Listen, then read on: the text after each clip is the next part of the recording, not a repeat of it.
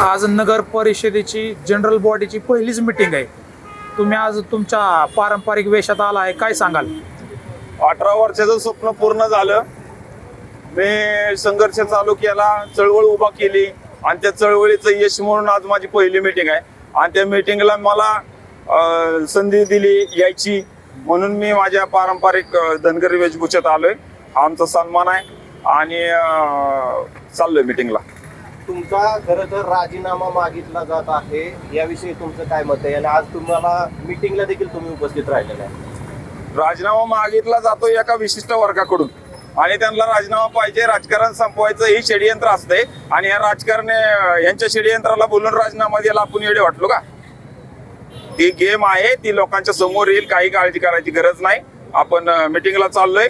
बिनविरोध दिलेला तुम्ही सगळ्यांनी नगरसेवक आहे मी आणि तुमचे प्रश्न मांडायला तिथं नाही जायचं तर काय कुठं जायचं?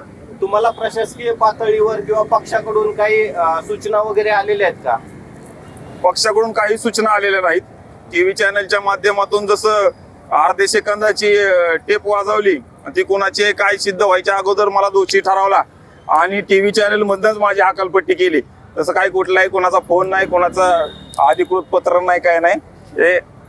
ही गेम आहे, रिंग केलेल्या लोकांची गेम आहे आणि त्या रिंग मध्ये आपण फसत नाही. तुमच्या प्रभागात काल एक प्राथमिक शाळेच्या समोरचा तुम्ही एक व्हिडिओ टाकला. व्हिडिओ टाकल्यानंतर सोशल मीडियावर काही कमेंट पण यायला लागल्या होत्या, एवढ्या दिवस झोपला होता काय, आताच कसं तुम्हाला हे दिसायला लागलेलं आहे? आता इथून पुढचं तुम्हाला कामकाज करत कशा पद्धतीने? या विषयात असं आहे की मी माझे सीओ आहेत त्यांना एक फोन केलेला. आमच्या नगरपालिकेचा ग्रुप आहे, त्यांच्यावरती मेसेज केला होता.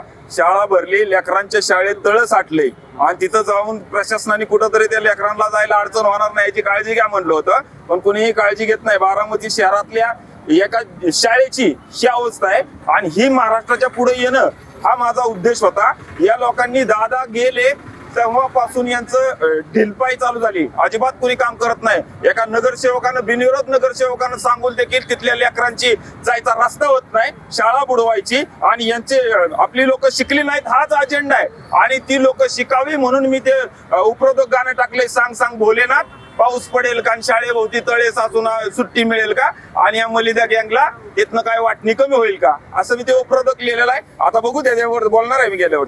काल पोलीस प्रशासनाला तुम्ही बंदोबस्तासाठी मागणी केली होती, बंदोबस्त तुम्हाला मिळाला का?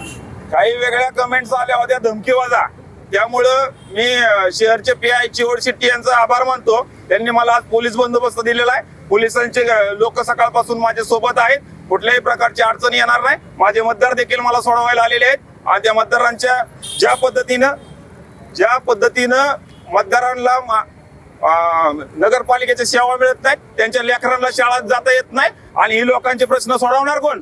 आणि मग हीच माझी धनगरी काठी मी त्या प्रशासनाच्या मस्तकात मारायला मागे पुढे घेणार नाही.